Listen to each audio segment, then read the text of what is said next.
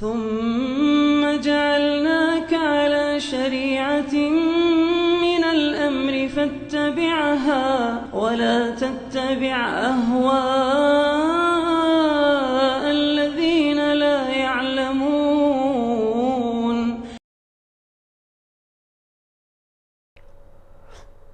Ustaz, kami mendengar ada ceramah terkait bintang Thuraya. Berdasarkan hadits diriwayatkan oleh Imam Ahmad dengan sanadnya sebagai berikut. Haddatsana Abu Sa'id qala haddatsana Uhaib qala haddatsana Isil bin Sufyan an Atha an Abi Hurairah radhiyallahu anhu annahu qala qala Rasulullah sallallahu alaihi wasallam idza tala'a an-najmu dha sabahin rufi'atil aha.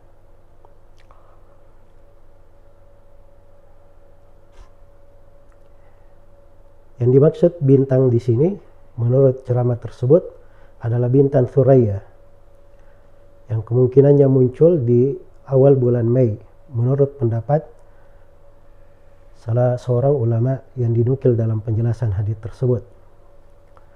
Jika nanti awal bulan Mei terbit bintang Thuraya, maka akan diangkat semua wabah penyakit dari muka bumi ini, termasuk dalam hal ini corona.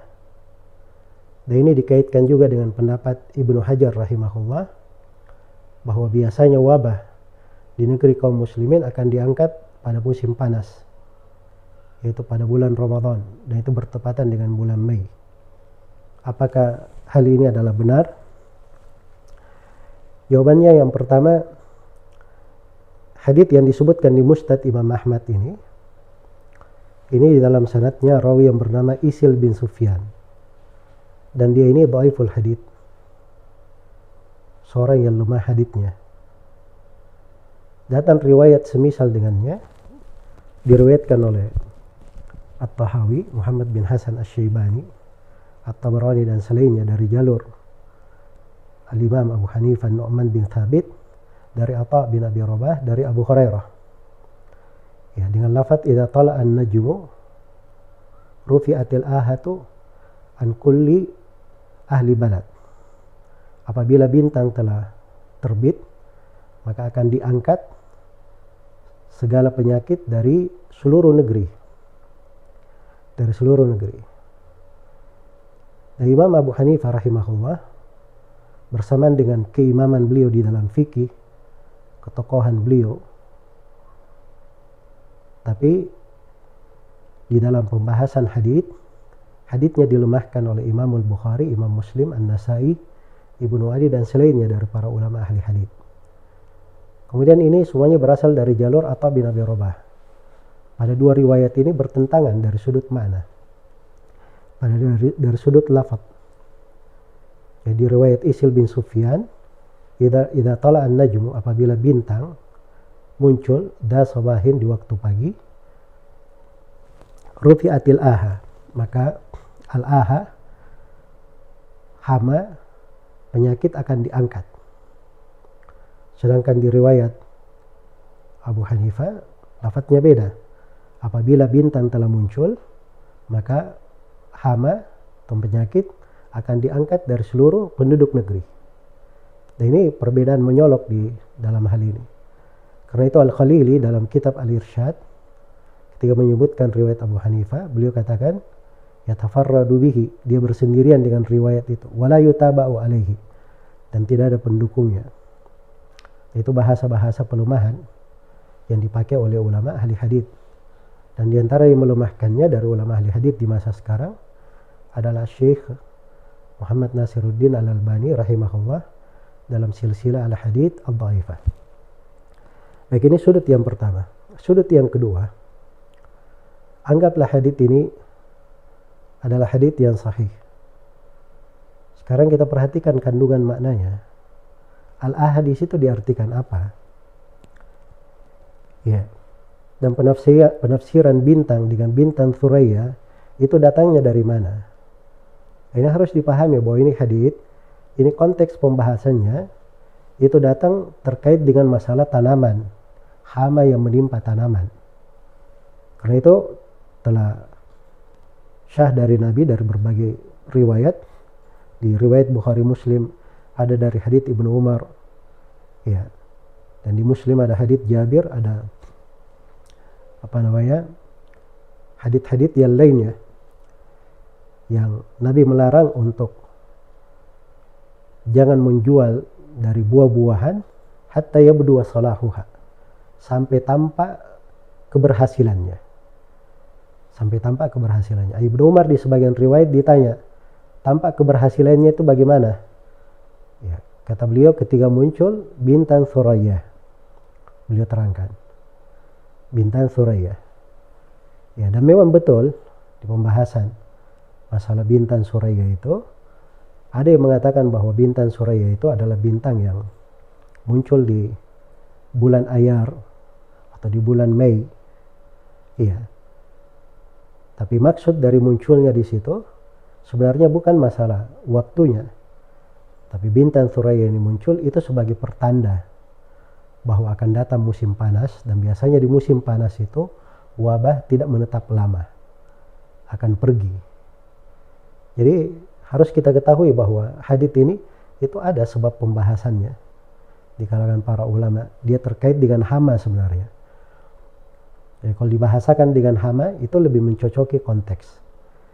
Walaupun kalau ada yang berkata al-ibratu bi umumil lafaz la bi khususis sabab, bukankah yang menjadi ukuran keumuman lafaz bukan kekhususan sebab? Kita jawab benar itu.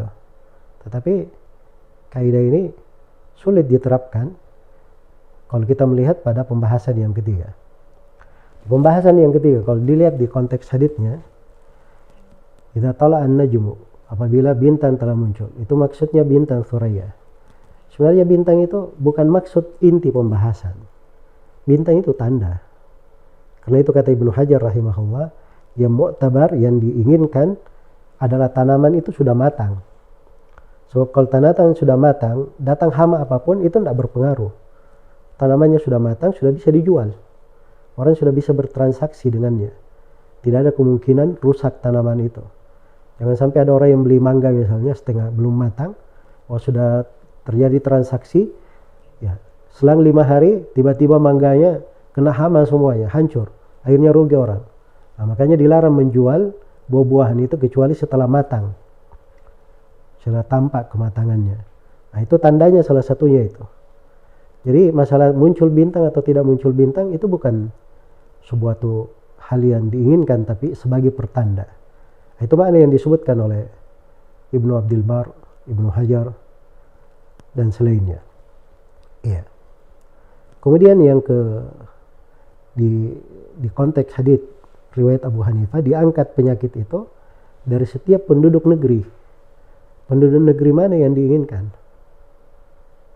Iya, sebagian ulama dia mengatakan setiap penduduk negeri yang ada pohon kurmanya. Dan sebagian ulama mengatakan dimaksud adalah negeri Hijaz. Iya. Dan ini memang cara memahami hadits harus seperti itu. Karena itu Nabi SAW berucap sesuatu, kadang dibahasakan oleh para ulama. Ini dilihat di mana Nabi mengucapkannya. Ya. Ketika Nabi berkata, "Ma bainal masyriqi wal maghribi kiblah," antara timur dan barat adalah kiblat. Itu karena penduduk kota Madinah, kiblat mereka ke arah selatan. Jadi antara timur dan barat itu kiblat. Kalau kita di Indonesia, tidak seperti itu teksnya.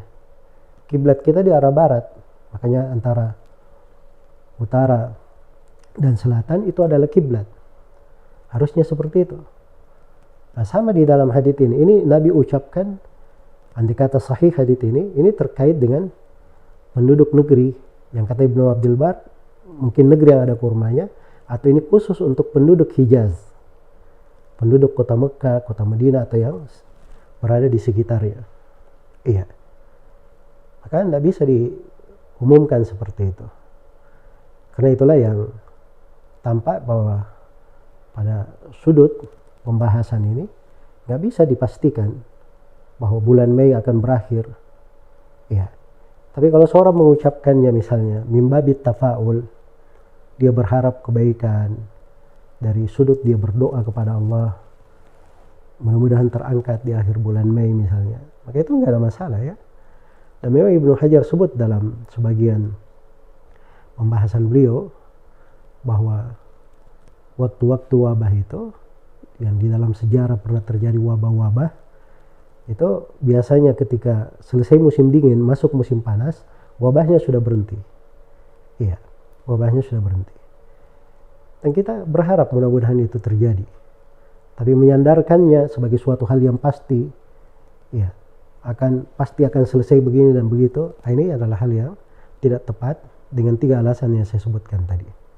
Kemudian yang saya nasihatkan, harusnya yang banyak kita bahas itu bagaimana seorang itu bertobat dari dosa-dosa dan kesalahannya, banyak berdoa, beristighfar, berzikir, dia petunjukkan kefakirannya kepada Allah. Itu yang harusnya banyak dibahas. Jangan menggampangkan orang dengan hal-hal yang kadang membuat orang itu semakin lalai di dalam kesalahan, bergampangan terhadap dosa dan maksiat. Semoga Allah Subhanahu wa taala memberi taufik kepada semuanya. Wallahu taala alam.